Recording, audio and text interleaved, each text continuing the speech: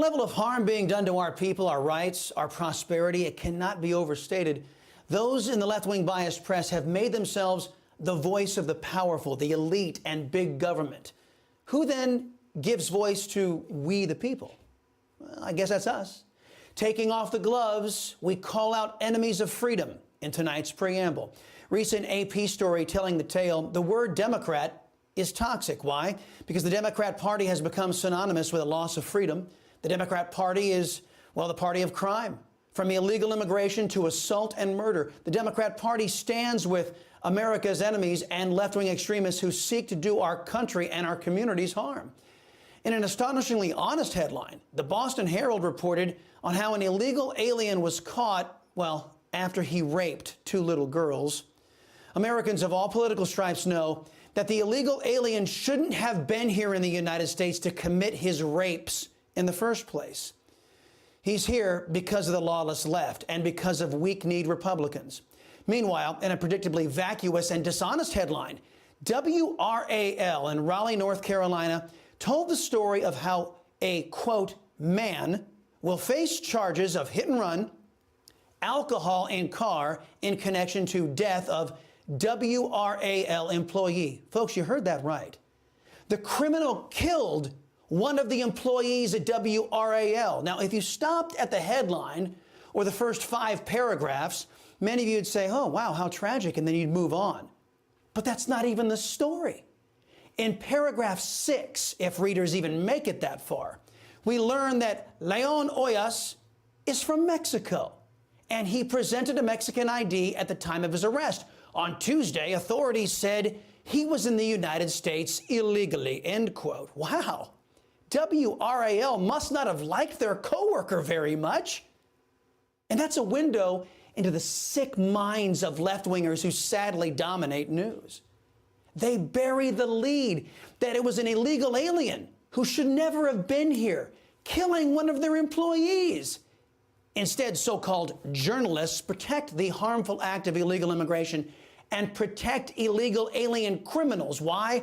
Because Democrats' political correctness told them to do so. That is how soulless and corrupt the left-wing press is in this country. Now, I'm not alone in observing this. Now, it must be freezing in hell tonight because I agree with Ilhan Omar. The Minnesota congresswoman has blasted the left-wing press for their doxing of those who supported the Canadian Freedom Trucker Convoy. Speaking of the convoy, the Western Hemisphere's newest dictator, Trudeau, sorry, my confusion. He has used government's awesome power to silence those in his own country protesting his totalitarian government's China virus mandates. Despite 54% of Canadians wanting, well, all China virus mandates to go away, despite 70% of Americans who want to put the China virus in the rear view mirror, statists in big government on both sides of the border are clamping down on the law-abiding while they're coddling and paying off criminals. In Louisville, Kentucky, a gun-grabbing Black Lives Matter Marxist busted into the campaign headquarters of a Jewish Democrat and opened fire with a gun. Because of the pro-criminal anti-American left, he's back on the streets tonight, 2 days after firing the shots. Why? Because he's a precious little leftist who's part of a movement that has been defended by left-wingers in the press for years. Now, upon hearing that a Jewish Democrat was attacked by a BLM thug, Mitch McConnell took to the Senate floor. Already let out of jail. A left-wing bail fund partnered with BLM Louisville to bail him out. Less than 48 hours after this activist tried to literally murder a politician, the radical left bailed their comrade out of jail. This is just jaw-dropping. Yeah, that's one way to look at it, but now we know why BLM extremists want to take your guns, so they can kill you easier. And Democrat DAs are working hard to make sure the thugs are on the streets so they can harm you and your family. And the Democrat Party also trying to make sure there are no cops on the streets to stop those criminals.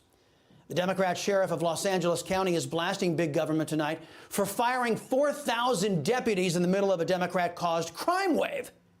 In Austin, Texas, the city just rewarded BLM rioters with $10 million, with more payouts on the way. The city and police department knew they had defective non-lethal weapons like beanbags and such, but they sent their officers out to confront violent BLM thugs in a deadly BLM riot in Austin, Texas. Now the Soros-funded DA there is targeting a reported 19 police officers, indicting them for daring to stand in the way of a deadly left-wing riot that was harming law-abiding Texans.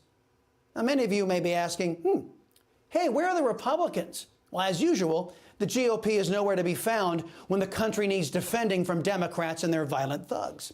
An amendment that would have defunded government China virus vaccine mandates was up for a vote. The measure failed by a 46-47 vote. The reason it failed was because Senators Mitt Romney, James Inhofe, Lindsey Graham, and Richard Burr couldn't be bothered to show up and do their damn jobs. Their absence made sure that Joe Biden's mandates could continue to rob you of your medical freedom. Let me bottom line this for you. If there are people out there who are really jonesing to harm you and your family, who seek to enable criminals, who seek to deny you your freedom, shouldn't you be equally committed to stopping them from doing those bad things to you? Step one, identify the enemies of freedom. And we've done so in part tonight. The next step is stripping them of the power to do you and your family harm.